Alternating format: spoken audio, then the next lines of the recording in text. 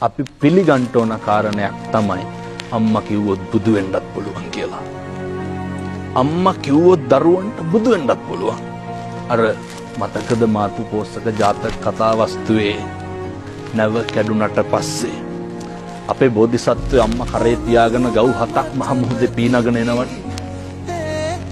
පීනගෙන ආවට පස්සේ අම්මා මොකද්ද කියන්නේ? අම්මා කියනවා පින්නතුනේ මගේ පුතා මතු බුදු වෙන්න ඕන. බුදු වෙනවා.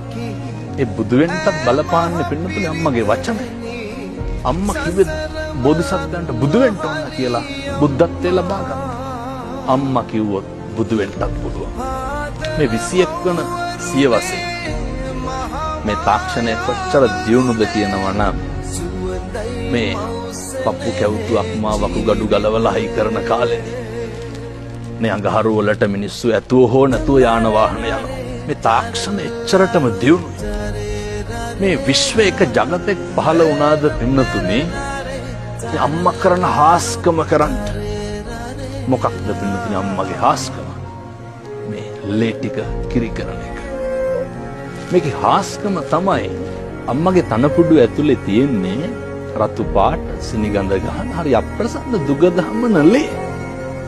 හැබැයි මොන జగතද මොන විද්‍යාඥයද කිව්වේ මේ රතු පාට සිනිගඳ ගහන මේ ලේ ටික සුදු පාට හරි ගුණයි හරි පෝෂණීයයි හරි රහයි මේ මට්ටමට පරිවර්තනය වෙන්නේ කොතනින්ද? මේකට බොහොම නේ සෙන්ටිමීටර එකක් පරතරයක් නැහැ. මේක හාස්කමක්. අපේ අම්මා කෙනෙකුට විතරක් සිද්ධ කරන්න පුළුවන් හාස්කමක්. තනපුඩුව ඇතුලේ ලේ තියෙනවා. ඒක එළියට එනකොට අමුතුම පරිවර්තනයක්. මේක සමාජයේ තේරුම් ගන්න ඕනේ. විද්‍යාගාරයක මොන සංගතක දාලවත් හදන්න බෑනේ. හදන්න. ඉතින් මේකට තමයි අම්මා බුදු වෙන්න ඕනේ කියලා කියන්නේ. මේක හොයාගත්ත කෙනෙකුත් නෑ. අම්මගේ ලේ ටික කොහොමද කොතනින්ද කිරි වෙන්නේ කියලා. මේක අපේ අම්මලා කරන මම නැවතත් දේශනා කරන්න හාස්කම.